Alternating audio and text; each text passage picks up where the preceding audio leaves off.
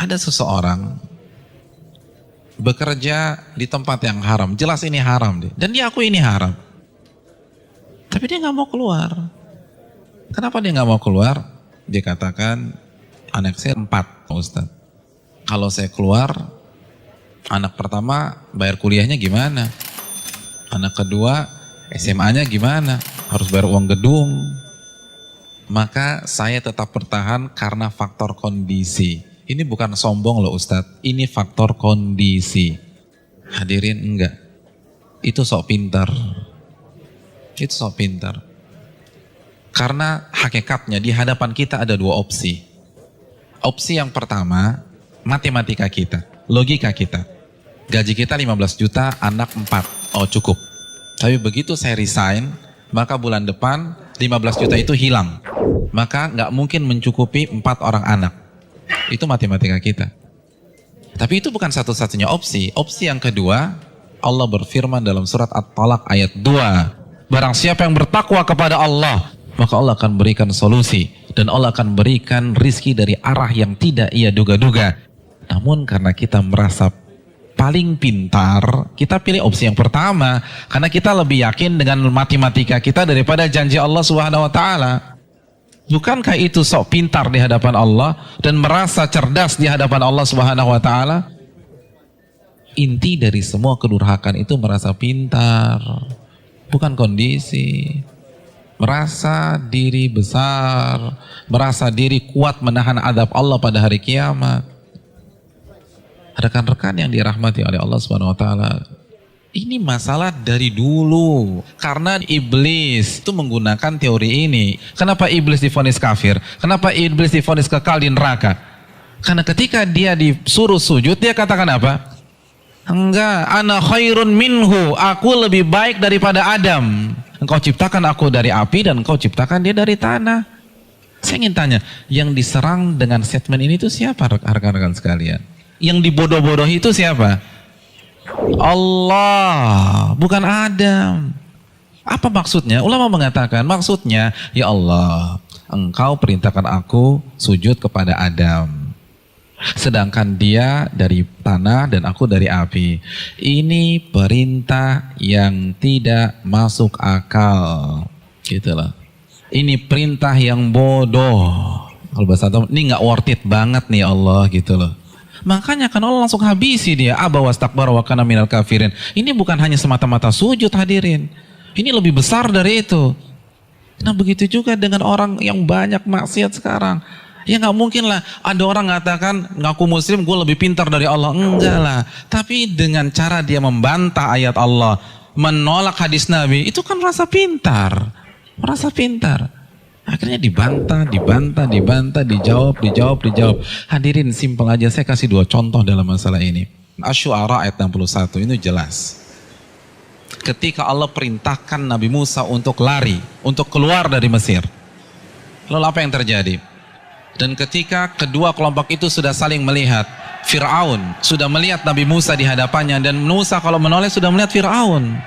Innal mudrakun. Maka sebagian pengikut Nabi Musa itu mengatakan kita akan tertangkap. Kita akan tertangkap. Kenapa? Depan laut merah, belakang Fir'aun. Logika main, ketangkap. Matematika main, ketangkap. Lalu apa kata Nabi Musa? Qala kalla, bukan begitu. Inna ma'iya rabbi sayahdin. Sesungguhnya Allah bersamaku dan Allah akan memberikan petunjuk. Maka setelah Nabi Musa berbicara demikian, baru Allah wahyukan anidrib bi'asakal bahra fanfalaqa. Pukulkanlah tongkatmu ke permukaan laut, maka laut pun akan terbelah. Ada 2 sikap yang kontradiksi. Yang satu begitu melihat kondisi real di lapangan langsung menggunakan akalnya. Kita ketangkep. Kita ketangkep nih. Tapi Nabi Musa enggak. Beliau merasa bodoh di hadapan Allah. Merasa bodoh di hadapan Allah. Maka beliau tidak menggunakan pemikirannya, tidak menggunakan logikanya, tidak menggunakan matematikanya.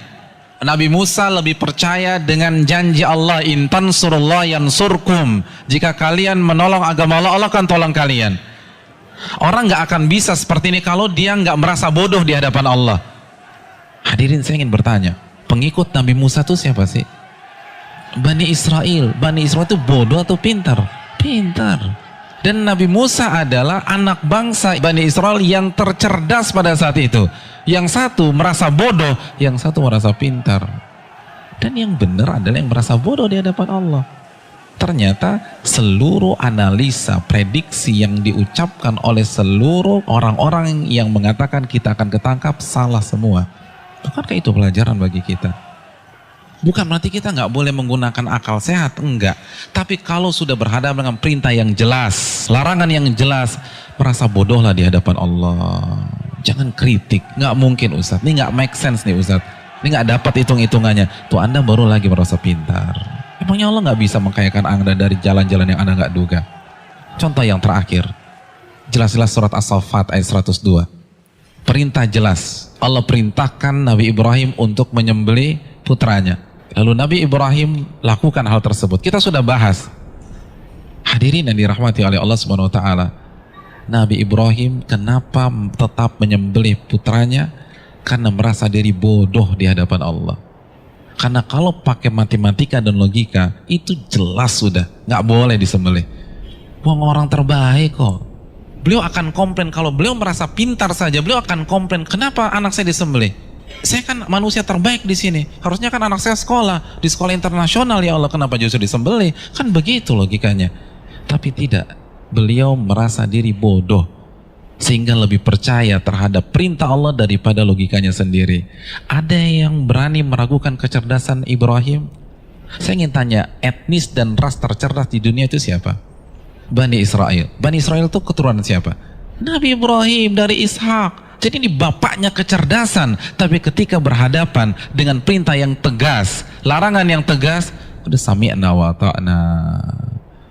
Lalu kita yang gak cerdas-cerdas begini, berani debat Allah, berani mengatakan ini gak benar, ini keliru, hitungan saya gak dapat. Kalau begitu kita makan apa? Allahu Akbar.